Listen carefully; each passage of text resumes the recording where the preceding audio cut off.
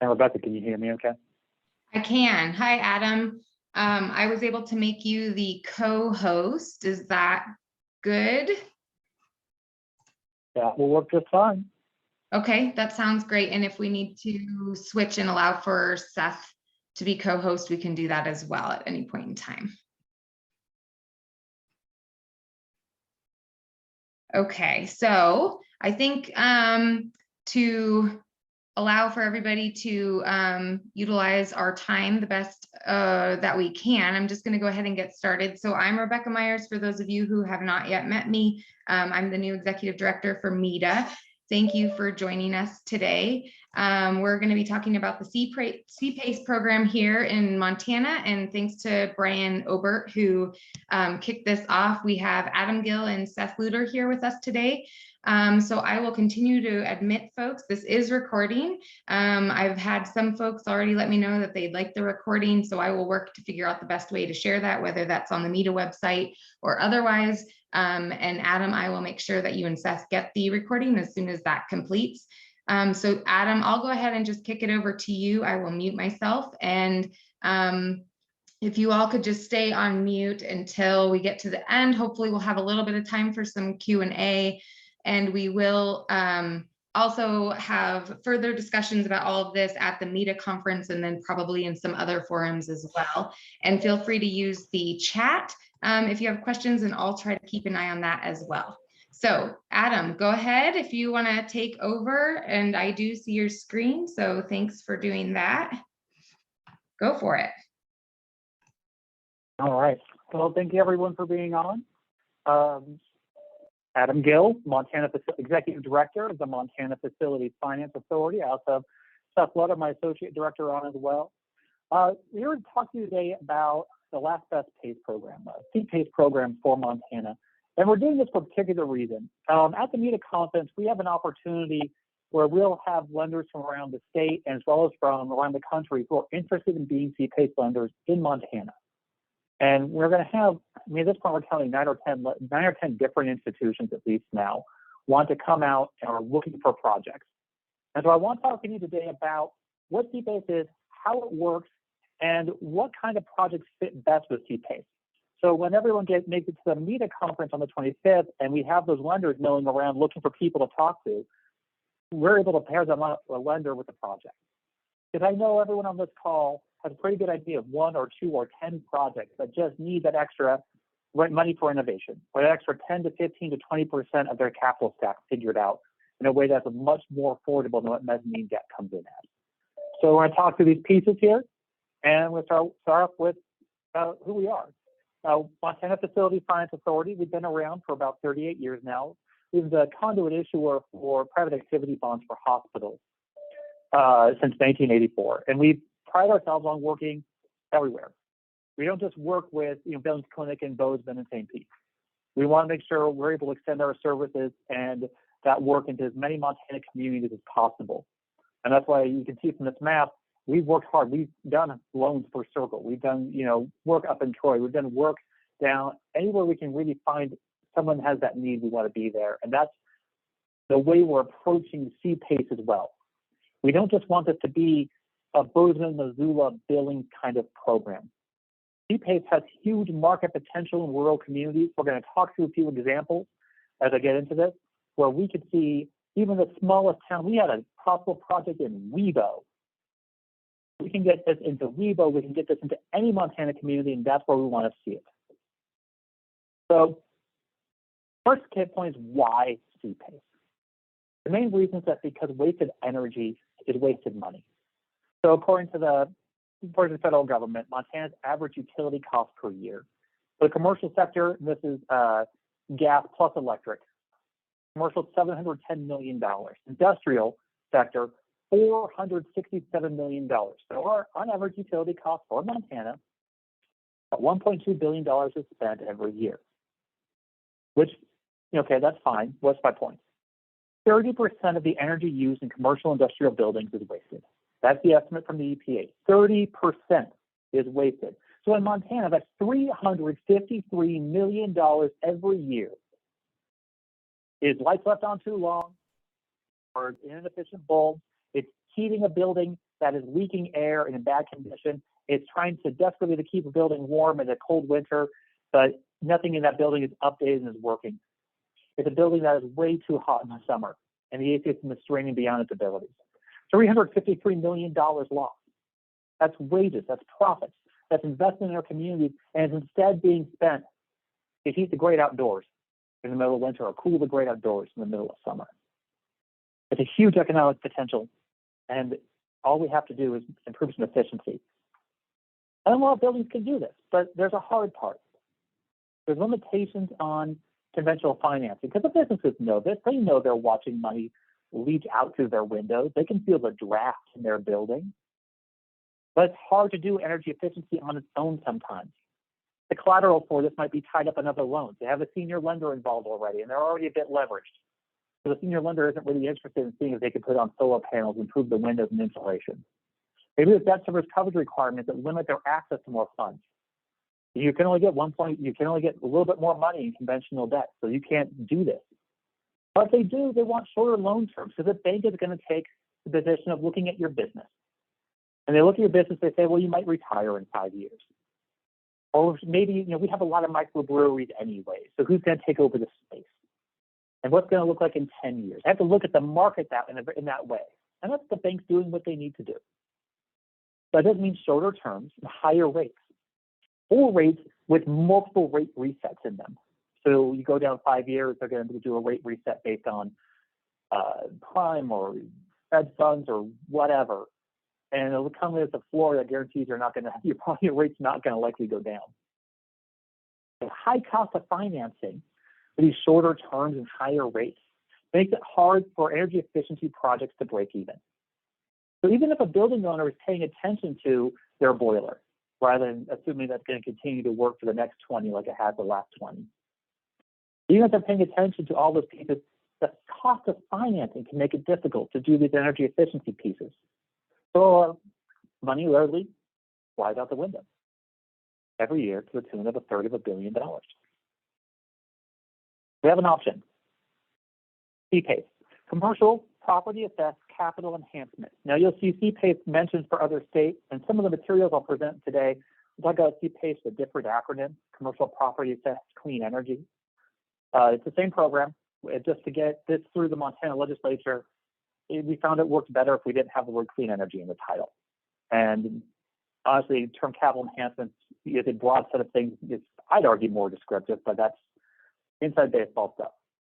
What's important about CPACE is this. CPACE covers the cost of improvements that save energy, save water, and generate renewable energy. So any of those things that you can get done under that metric, and I can go into a more extensive list in a minute. The key point is that savings have to cover the cost of financing.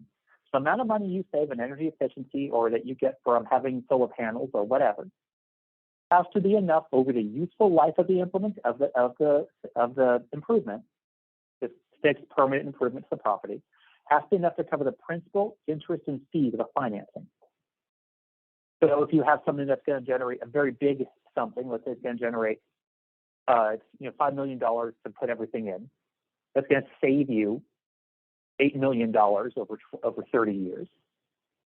Depending on your rate and everything else, that pans out. That makes sense. And that's what we're looking at, is for savings that cover the cost of financing. That's required under the program. Next is that rather than a conventional loan, because like I said, the bank, if they're looking at a conventional loan, has to look at your business. And they have to look at, are you going to be there in 5 years or 10 years? Or is this area growing or is it shrinking? Is your industry growing or shrinking? Is it mature?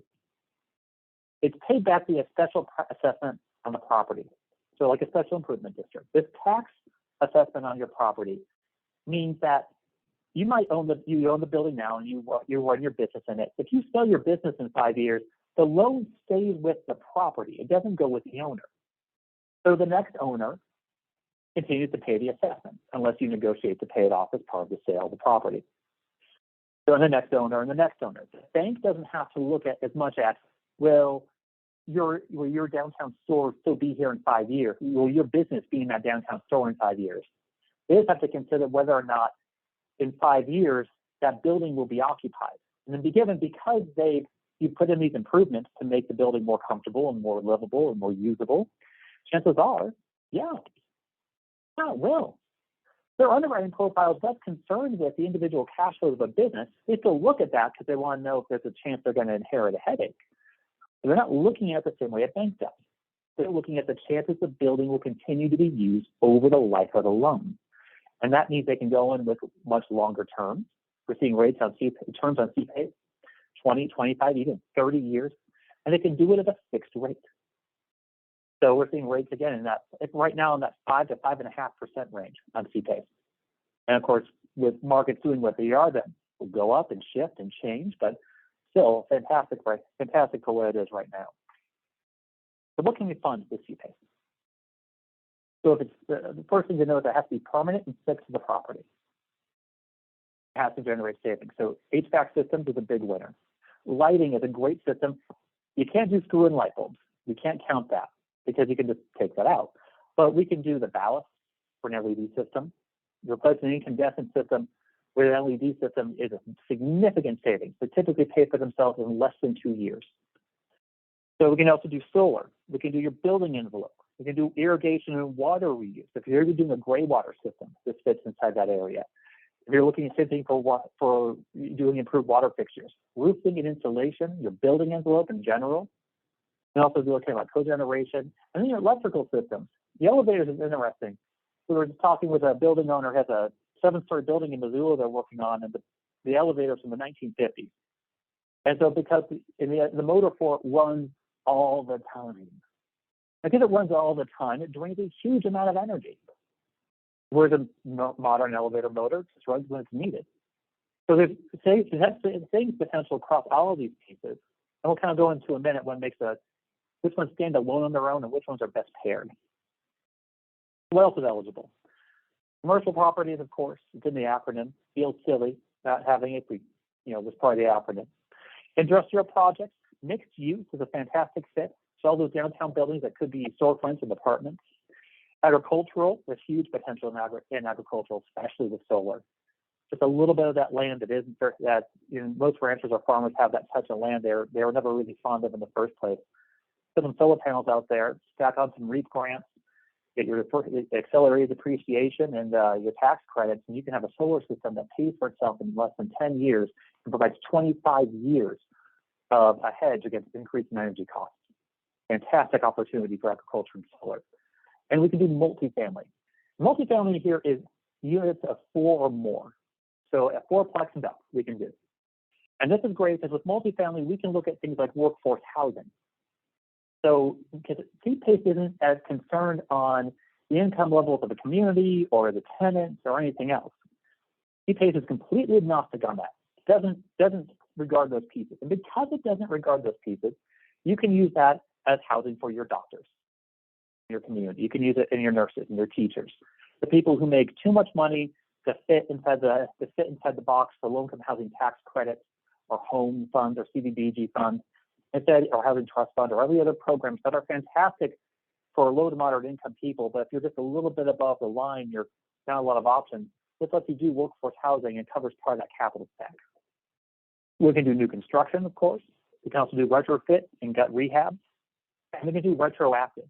So if you have a project in your town, they went and they did these energy efficiency measures in the last 3 years, and they put their own cash in, or they got mezzanine debt at a high interest rate, they can go and get a CPACE loan and get their cash back out, or get a much lower, or go for a much lower cost financing, and have a better experience that way and get some money back in their pocket. So we can look all the way up to 3 years back. And I know there's some gray areas when it comes to certificate of use versus place in service versus all these other things. If you have questions, come ask us. We'll figure something out. So what's the CPACE process? So first, local government establishes a CPACE district. Because we have a property tax assessment as part of CPACE, that special assessment that's attached to the property, the county has to create the district overall. I want to note this on the district. If I get a CPACE loan as a business owner, I am the only one responsible for that CPACE loan. The county is not responsible. The city is not responsible. The state is not responsible. And neither are my neighbors. This is just my piece of property, my building. And if that owner fails to pay their loan, it's between them and the banks to get that settled. The county is not the debt collector or the long arm of the law for the lender. If they don't pay their taxes, the county lets the bank know, and the default process, however that works out for the particular county, goes forward. The county doesn't have to pay the bank. The county doesn't have to owe money on this. We want to make sure that's very clear because people get a little concerned, and rightfully so. But no, this is just the district is for that building and that owner, and it's not an obligation of the city, the county, or the state. So the owner completes an energy audit that finds their savings opportunities. That audit is the cornerstone of any CPACE financing, and it's for a couple of reasons. One, obviously we have to know what they're putting in place. And that audit comes out, and an professional engineer looks at this and says, here's all the things you can do to improve your property. Here's how much it'll cost, here's how much it'll save, and here's their useful life. And it kind of gives you a big menu of options if you go for a very broad array. If not, you go narrow, then that's your choice too. This is all consumer choice. And they get that audit. That audit will tell you if you put on solar panels and improve your HVAC and put some insulation in, let's say it'll cost you $2 million. I am making up numbers. And it'll save you $5 million over the useful life of all the improvements. Well, that tells us then that we can go and we can build you a loan for $2 million because that's how much everything costs.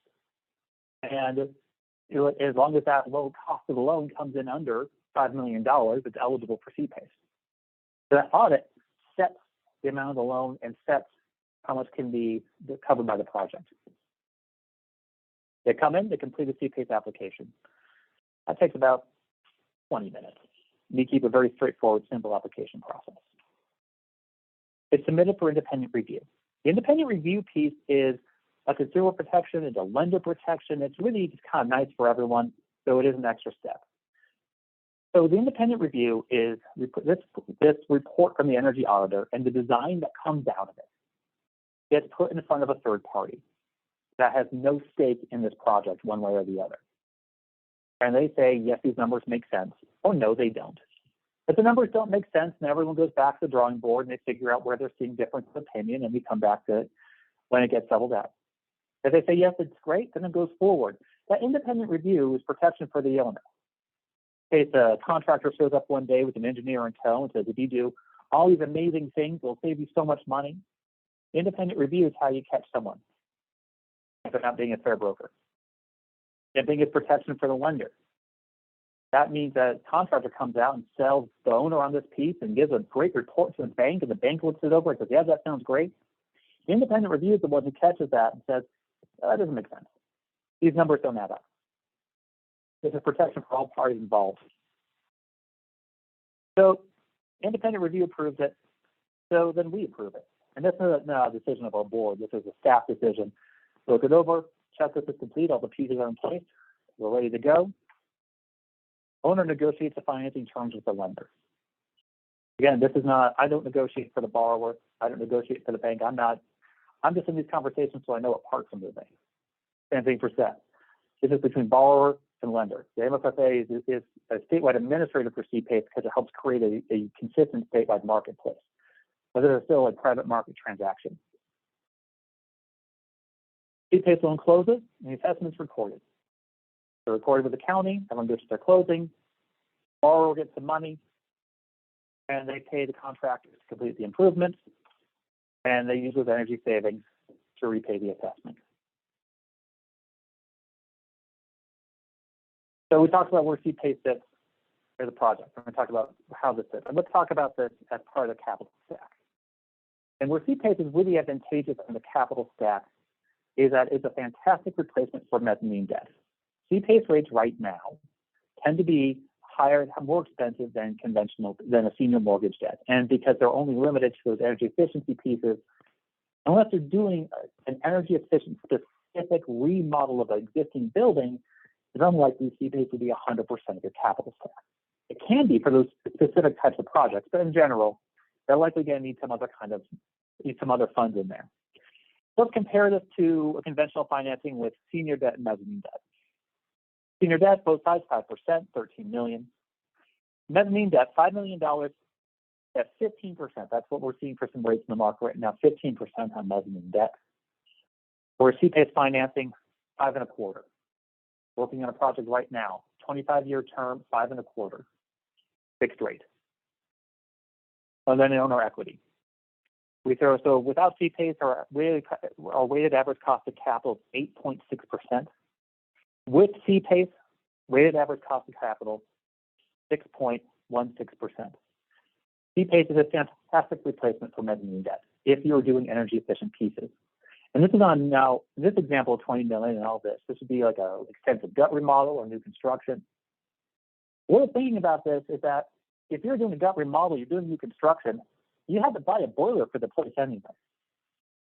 You have to put on a roof. You have to put in insulation.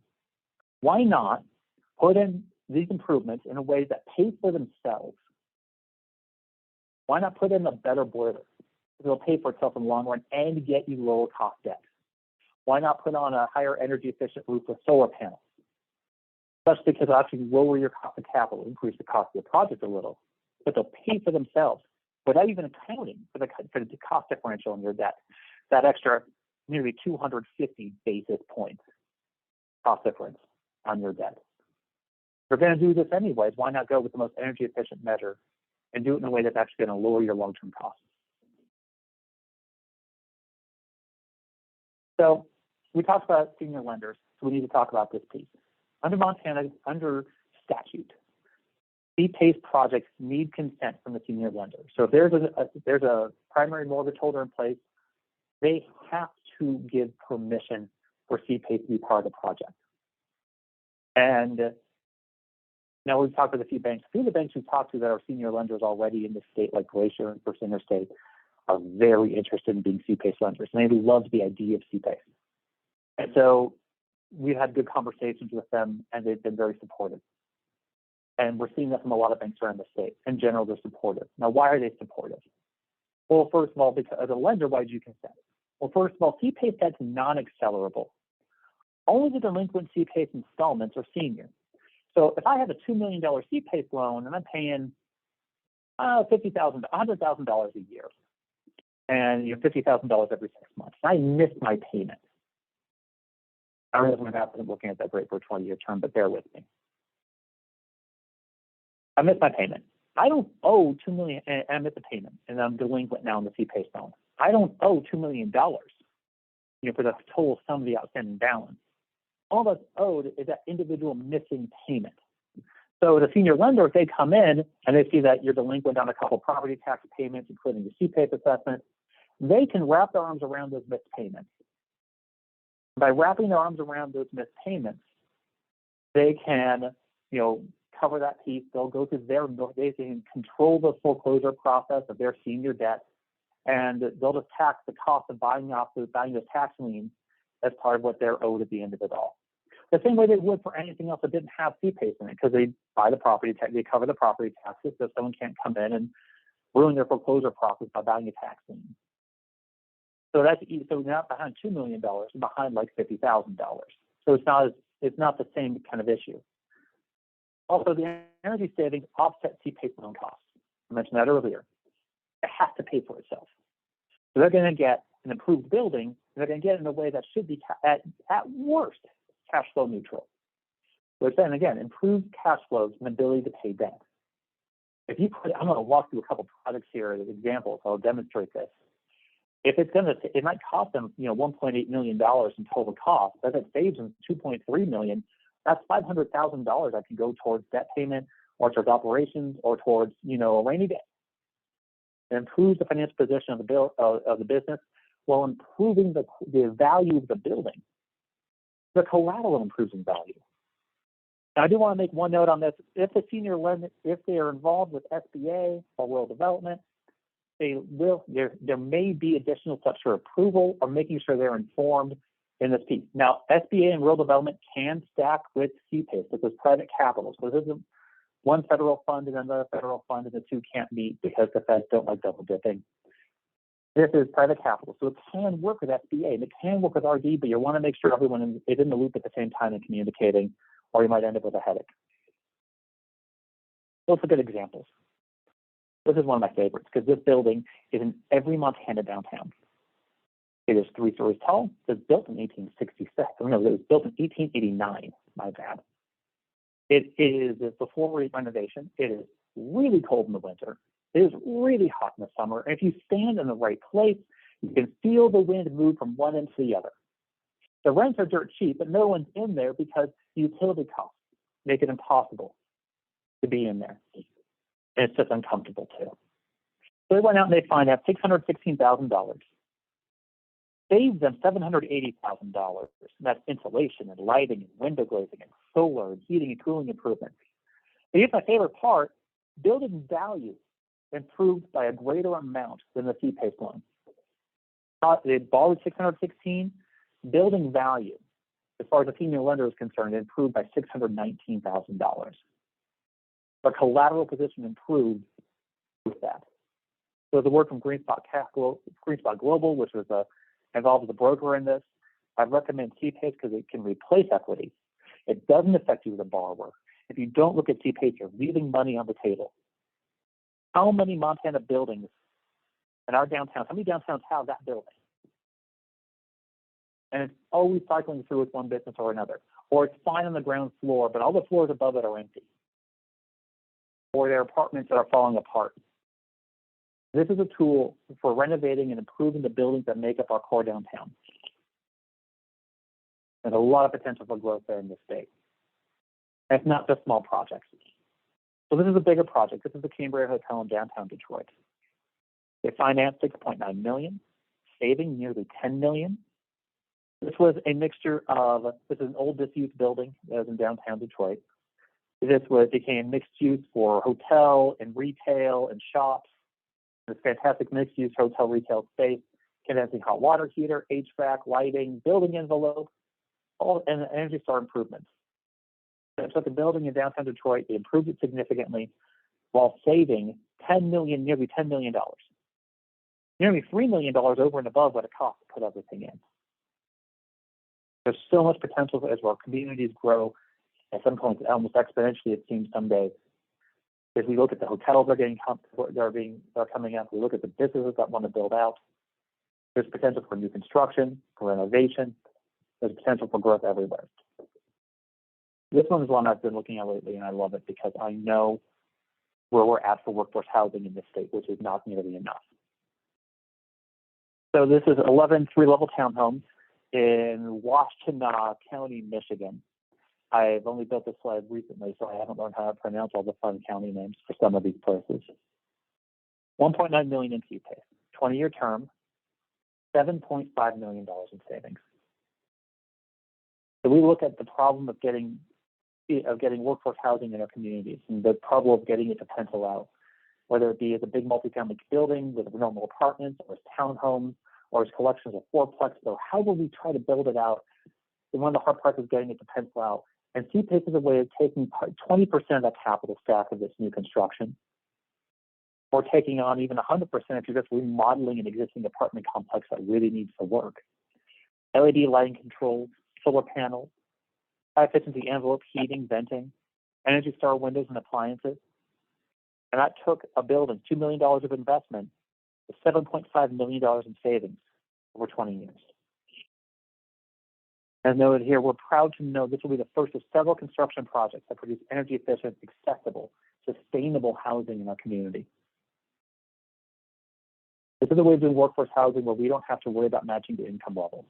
So we don't have to worry about whether or not we're going to build housing that can't be accessible to teachers and nurses and whoever else wants to come and move into a community. This is how we can have that tool to help grow communities in a way that lets us cover not just creating new jobs, but also creating places for those new jobs to live. Also, let's talk about refinancing. And while we're at it, alcohol, because Montana loves that. So this is a Michigan distributor.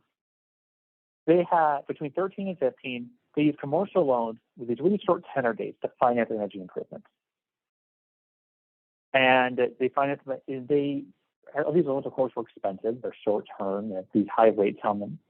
They're able to use the CPACE program in Michigan to do long-term financing at a fixed rate, significantly reducing the cost of capital for them. So because the improvements are already in place.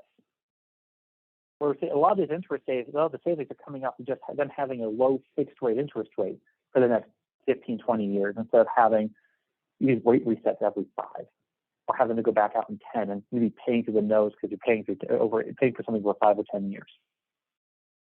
There's a lot of potential across a lot of projects here. So I've thrown a lot of information at you. Quick recap. How does fee-based financing work? It finances cost-saving measures related to energy consumption and water. Energy and water consumption. These have to be permanent and fixed to the property. Terms are negotiated between the property owner and the lender. The state doesn't step in, the county doesn't step in. This is a private market transaction. Independent analysis of utility savings and cost effectiveness. This is a protection for the contractor, the lender, the borrower, really for everyone involved. Fixed rate financing for useful equity improvements. 25 years. We had an offer on one project we're looking at. Bank came back, wanted to do 30 years. We have options for longer terms on here. Payments are billed, collected, and enforced like property taxes. And for those who are wondering the exact process, in short, the borrower pays a property tax that goes to the county. The county routes the money to the finance authority as part of their payment of, to the state. So it basically gets routed to us, and we pay the bank.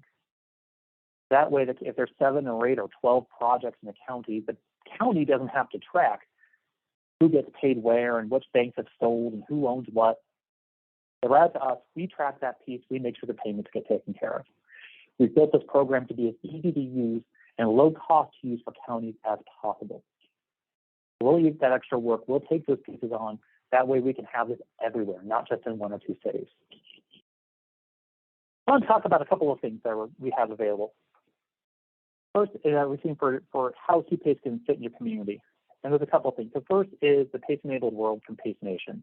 This is a fantastic resource they're working on. Let me see if I can pull up that piece here.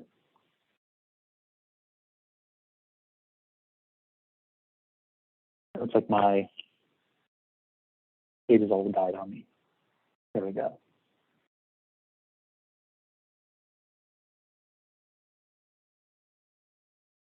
So let me know if you can't see a map right now. But what we have here, this is the PACE-enabled world. This has a lot of things on it. This is basically looking at the impact of market adoption of PACE in a particular state. And there's a full-blown report here available with the data book. Let's look at just 15%. Here's the breakdown of the individual data. But just 15% of our states, of our buildings in Montana, took on fee-based. What would be that impact? For Montana, that's $1 billion market.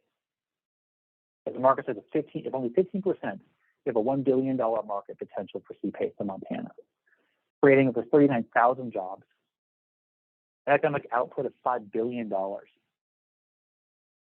saving 9 billion kilowatt hours if just 15% of Montana buildings engage in this. There's a great potential across Montana in this. There's a lot of potential, and that's only if a small portion participates. And there's a further tool that's also linked to here in the slide. If people have a hard time pulling it up, let me know. We'll find a way of getting this out. This was a weird thing to download from the site, so if you really are having a problem, we'll try to email it out. This is the Energy and Building Market Assessment Tool. And what this does is it lets you choose your state, county, or city level. Let's look at the county level, Lewis and Clark County, and it'll let you pull the report for your county. You get through all of the disclaimers and the processes and everything they've done on this. These are thick reports. And it'll pull up energy use by sector and what kind of energy. It'll break out lifetime net potential by retrofit. So how much can be saved by what measures for what sector? There's a lot of, it just gets into fine-grained detail. And let me pull down here because, like I said, this really goes into it. Let's see here. Energy use analysis, including how much you could save it with activity in your county. Gross savings in thousands of dollars, potential retrofit. This isn't even new construction, just retrofit. Lewis and Clark County, $57 million potential savings in gross savings. Just Lewis and Clark. For the state of Montana, it's even more. You can break this out by county by county. We have all this as a resource available to all of you. We'll make sure this gets distributed. You may find downloading this is difficult. I don't know why. This is coming up a federal government site, but if you're having problems with it, we'll figure out something to get distributed, because this is a fantastic tool for looking at your individual county and seeing where you're at, because this isn't just saying, here's the 5 biggest towns in Montana, what can we do? This provides data for all counties. So we can get it from Lincoln County. We can get it for, let's get it for Webo. Let's get it for somewhere where there's literally like 7 square miles per person. It's with petroleum. Oh shoot, they don't have petroleum. I spoke too soon. But still, we can break this down to individual counties in a much more effective way. We can see all that potential. So this is a great way of assessing what your market size is and what you can get done. And we'll make sure if you can't access those or having a hard time with getting those sent out. So what fits the CPACE? So first of all, we're having this great event at the end of the month at the MEDA conference. We're having a lot of lenders out, and they want Montana projects. They want to be in this market. So for now, we're seeing a few different trends nationally. First of all, for local lenders, we're seeing projects. We've been talking with the Cent Bank. We've been talking with Clearwater Credit Union out of Missoula. They're looking at project lines of around $100,000 to $150,000. Now, we haven't found a floor on this yet. That's generally, nationally speaking, the floor is around $100,000 to $150,000. That's a point where there's other loan programs, there's other resources that are a lot simpler and easier to use that pay for themselves. So we're going to say $150,000 for now until we can find ways of bringing down those costs. National lenders typically don't want to enter our market for less than $1 million. That's fine. That gives you a wide range of people involved in projects. You can cover everything from $200,000 up to $20 million or more. You just have to find the right lender for it. Some improvements, such as roof or insulation or windows, are better paired with additional work. So a new roof with solar panels, insulation with HVAC improvements. Now, things that can be financed on their own, as in this project is both big enough that it's worth the work on CPACE, and it's going to generate enough savings that it's eligible for CPACE over its useful life. There's the solar systems, cogeneration, HVAC systems. The other one, some of these other ones are best part of an aggregate project. And honestly, if you're doing one of these things, you're probably should be looking at doing the whole thing anyway. You can get an aggregate of savings if you take on everything rather than just taking on one piece. So if you're going to be doing your roof, energy efficient roof isn't going to pay for itself as quickly as you might want it to. But if you pair it with solar panels, it does. You're doing your building insulation and you're improving insulation. Well, you're going to the effort of doing insulation. Let's start look at your HVAC system and really get the full use of that, and have a financing that comes together that improves the entire experience of the building. Same thing on your windows. Windows will just about pay for themselves over their total useful life, which makes them difficult to finance when you stand them on their own. But if you combine windows with other elements, you improve your HVAC system, your insulation, you put on a better roof, your envelope, then windows make perfect sense as part of an aggregate project. So if we look at what lenders are looking for, we're going to look for those projects that are going to be at least $150,000 to $200,000 and have enough work being done to put that one together to bring that together. To work as an aggregate project. Where are we in terms of projects now? We started in January. We have 25 CPACE projects in 14 counties that are potential right now. Events from we've had 1 or 2 contacts with an owner and they're looking at it to we are working in legal documents right now and hoping to close in the next couple of months. So we've got a wide range of projects available for only having been run for about 4 months. 6 counties have officially approved CPACE: Park, Missoula, Cascade, Gallatin, Broadwater, and Lincoln. And a lot of states, CPACE only exists in 1 or 2 counties. Right now, if you went to Oregon and wanted to do CPACE, you go to Portland. That's where it is. It's not anywhere else. In Washington, it's all west of the Cascades. Because every county has to run their own program. The way we built this in Montana, with us as a central administrator, the counties have to pass a couple of resolutions. It only takes them a couple of weeks, and it's a much lower burden to be involved in CPACE. So that's how we're able to get Broadwater in, and Lincoln, and Park in. It doesn't just have to be the bigger towns in Montana. We're talking inside of our counties at this point. We're looking for local projects. The counties we've talked to are interested, but they don't have a reason to really move on this until someone gives them a reason to move. So we talked to Yellowstone, we talked to Flathead, we talked to Custer. Lewis and Clark is working on this right now. The best way to help them move forward and encourage this is to have a project in their community. Because right now for them it's theoretical. As we do these resolutions and work on these documents for unknown projects, if they have a real project in front of them, they tend to move. They get very interested. And so if you have a project in a community that doesn't have CPACE yet, just let us know. And that will go a long way to getting CPACE there. So let's talk about the MEDA lender meetup real quick. I want to make sure everyone knows about this. This is going to be fantastic. This came together very quickly. That's why it's not on the MEDA agenda right now. This was a kind of an ad hoc thing that got together. We had a national lender wanted to know who's a great way to reach local economic developers. And this happened to time out well with MEDA and everything else. And I said, well, we've got one coming out. Why not a couple more? And I started calling other people who expressed interest, and all of a sudden we had a lot of people. So at 5 o'clock on May 25th at Smelter City Brewing in Anaconda, I want to get every economic developer in the state who has a project in their back pocket, who wants to get that last 10% of capital, 20% of capital, or for a retrofit, 100% of capital. I want to link them up with a lender. And we have lenders from all over the country. Dividend Financial coming out of California. Petros is coming out of Texas. Well, I think that person's coming out of San Diego, actually. Hayes Equity is coming from Minnesota. Twain coming from Missouri. We also have First Interstate Bank wants us to be a CPACE lender.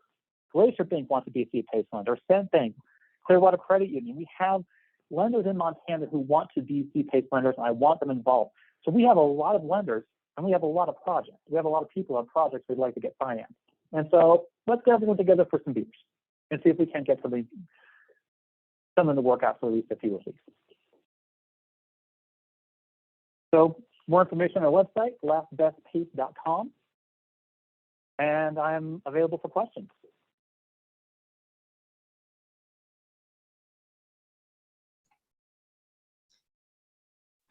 Thank you, Adam. This was really great. Are you able to send me this PowerPoint so that I can get this out to folks? Absolutely. Okay. Does anyone have any questions? It looks like, just so that everyone saw, Seth did put a link in the chat to the market assessment tool. So I will include that link as well, but be sure you check that out. I'm not sure if anybody's got any questions. Brian, go ahead. I see your hand up. So Adam, so this could work for rural grocery stores, rural C-stores. We could be putting in LED lights in rural grocery stores and soft starts and update all of their freezers. Same thing in C-stores all over the state, correct?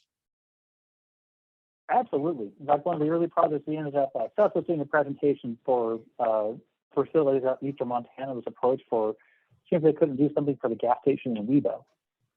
So we can put if I can get this into Webo, with 900 people in the county, then we can get this anywhere. And this is a great fit. Putting it with building envelope, windows, heating system, and everything for a C-store. Throw some solar panels on top of that beautiful flat roof. You can do a lot of good for a store there. And that's something that then keeps the fixed cost or fixed prices down in that store going forward, just because we're mitigating some of the inflation risk from Northwestern Energy and just utility costs. Exactly, because this is a fantastic energy hedge, because you're going to put those solar panels in and those improvements in. They have useful life. A lot of these 20 years plus.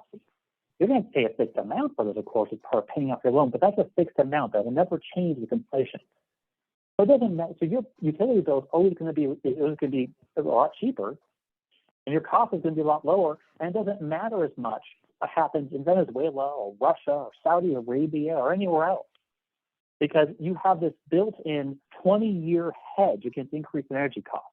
And the same thing in the agricultural space. Ranchers and farmers don't get to control entirely what they sell their commodity at. That's set by big markets and folks outside. but they can have some control over how much it costs for them to produce a bushel of wheat or a head of cattle. And so if they can bring those costs down, then they can just have that extra bit of money that they can use, that they can put aside for a lean year, or for improving their operation, or for anything else. This lets you control your costs and have a little bit of security, even when things are, quite frankly, kind of weird right now when it comes to energy markets. Adam, there's a question in the chat from Leslie Messer. Is there a place where we can see which projects are in each county?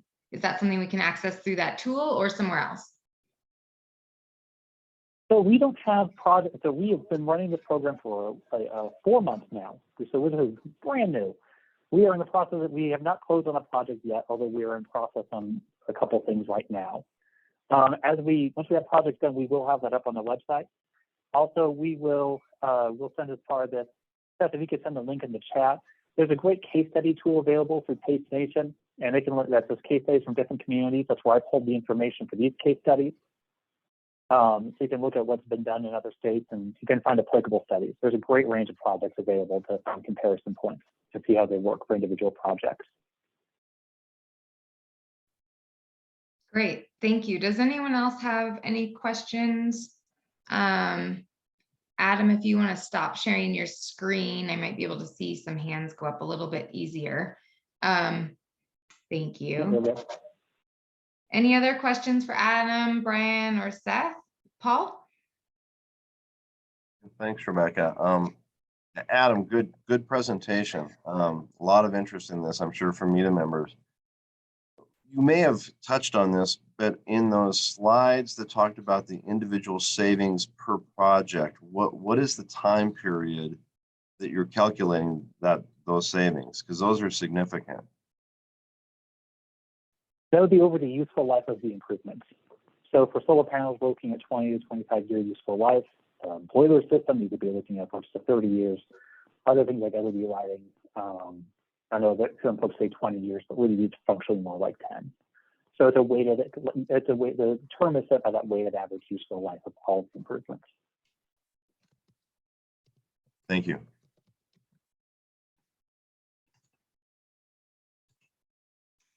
Any other questions or feedback, thoughts for Adam or Seth? I don't see anything else in the chat, and I don't see any hands up. As Adam had mentioned, oh, go ahead, Christy. Hi, thanks, Adam. Quick question about the energy audit and kind of some of the upfront process and cost for people. That's what I've gotten questions about the most. I see that the energy audit cost can be capitalized into the loan, but kind of what's the average cost of that and the time frame of kind of the pre-lending part of the program? So average cost will depend on how much they're getting done on this. Like if you're just doing solar panels, you get someone from Solar Montana to come out and say, this is what you can do and here's your savings, that's going to be a relatively low cost. Let's say less than $2,000. If you're doing a full ASHRAE level 2 audit of your facility and you have a large facility, that's going to be more expensive. You might see that running closer to $30,000 or $40,000. But of course, it's also for a very large facility that's going to produce a much larger project. And you can roll those costs in. So when we look at this, for 100, this is one of those things that puts that lower barrier down there for like a project size of at least $150,000 to $200,000. We're working on some ways of bringing that down, but those are some things that still have to get developed out. Thanks.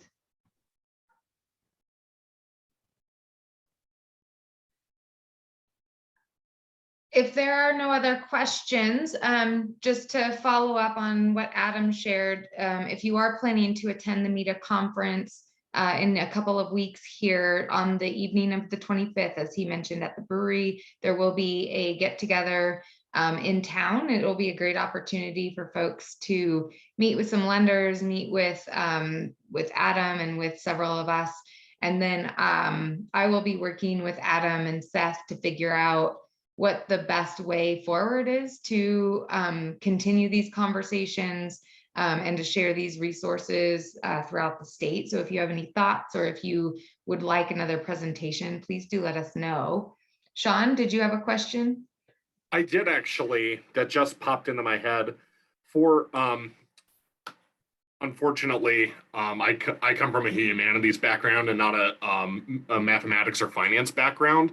Do you have any do you guys have any recommendations for pitching this program to others who may not necessarily come from the same background in order to get across the essentials without blurring or misrepresenting any details about how the property tax maneuver works? Yeah, I say that the front line, and this is how we were pitching this from legislative session forward. This is about giving businesses a tool to improve their properties and save money. And it's doing it in a way that lets them get low-cost financing, and even though this is component with the county and the taxes, it's still private market. The county doesn't owe the money. The county isn't responsible for it. This is just a way of putting a borrower and a lender together in the marketplace, letting small businesses and Montana businesses improve their buildings while saving money. It's a great question, Sean. Thank you. Adam or Seth, any other comments? Last minute thoughts for the group? Well, we look forward to working with all of you, and thank you for being on today.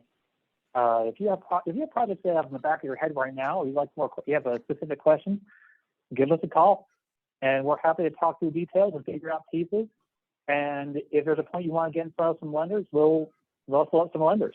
You know, Brian knows this. We had a project we're working on right now. We sat down with the borrower, talked about some pieces, and called up 4 different lenders and said, "Are you interested?" And we're getting things moving on that one right now. So just let us know what you're working on, and we're happy to see what we can find for you in the market. Thanks so much, Adam and Seth, for your time today. I will look for your PowerPoint presentation to share with our folks. I've got a couple of these links that you shared as well pulled up on my screen. This was recorded, of course, so as soon as that gets saved and uploaded, I will get this out the best way possible. And I believe that Adam is going to work to get that up on the website on your end as well. Is that correct, Adam? That's correct. Okay, that sounds great. Well, I really appreciate Probably everyone's. on Monday, I guess. Okay, Monday. Yep, that seems fair. I appreciate everybody's time today. Thanks for joining us on Friday. Enjoy your weekend, and please do follow up with myself or with Adam or anyone if you have any questions or if we can be of assistance. And Adam and Seth, I look forward to working with you and actually meeting you at the conference. And you've got my contact information, so let me know what I can do to help get this information out. Fantastic. Thank you so much, and thank you everyone for All right. being part of this and for seeing what we can't get built in Montana. Yep. Thanks, everyone. Have a great weekend.